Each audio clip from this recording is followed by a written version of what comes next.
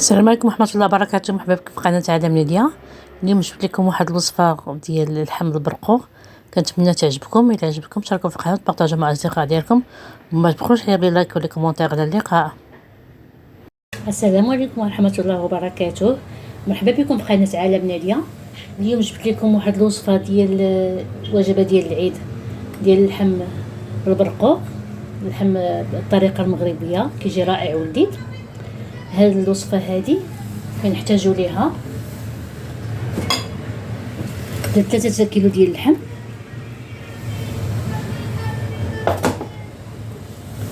واحد 5 ديال البصلات اللي شلطتهم، شويه ديال السمن، 4 ديال الدروس ديال الثومه،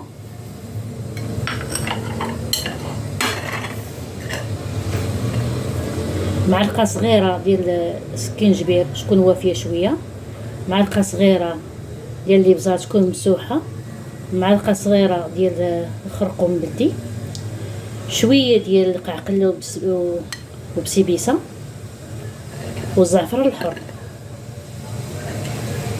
وشويه ديال الملح.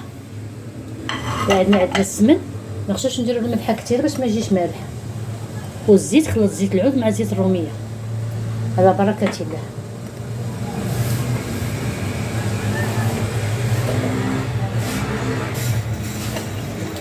كنشدو الماء طيب ونخويو عليه على الزعفران الحر ديالنا باش يطلق.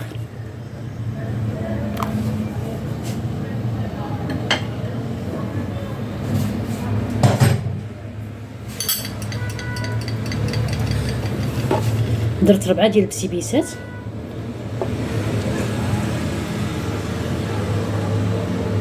قعقله. كنشد هاد الكومبريس ستيريليزي، كنديرها كموسه،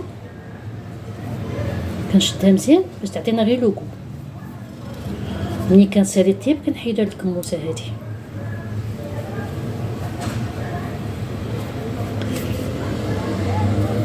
ها هي غنشدو التوابل دابا.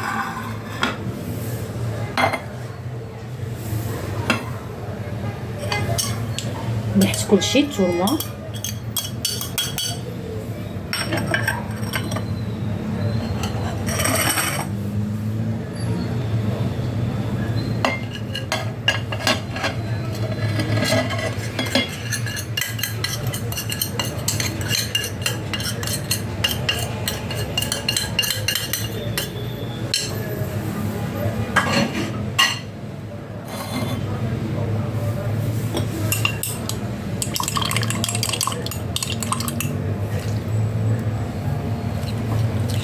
نخلطو مزيان.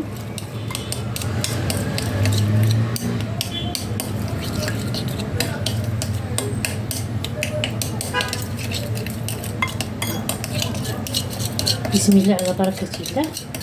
اللهم صل وسلم على رسول الله.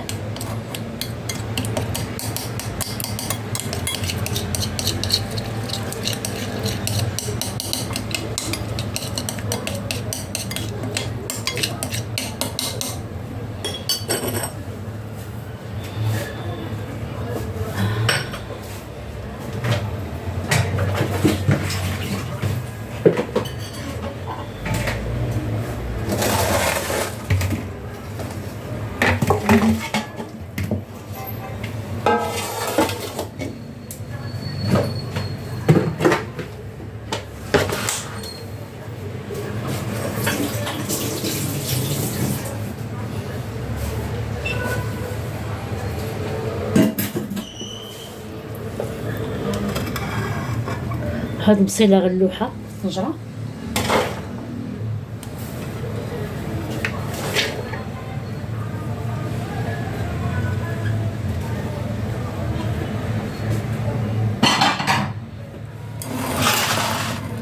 من بعد غندير الحيمه ديالي.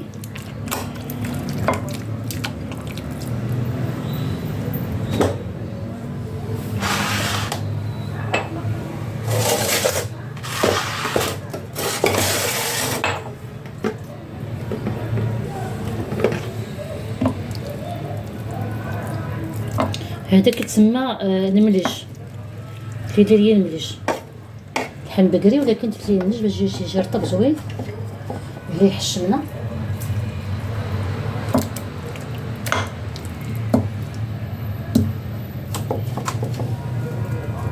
كنخليه شي يتقلى، عاد نخليه واحد تقريبا واحد 3 سوايع باش كيشرب هذا اللحم. من بعد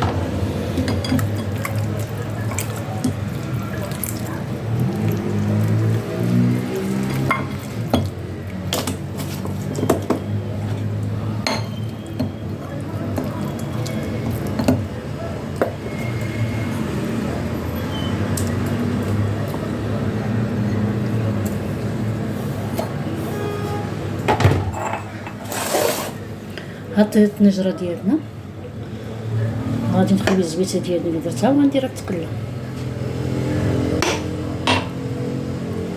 انا درت تقلى محمر حتى كتقلى مزيان، غادي ندورو عاوتاني.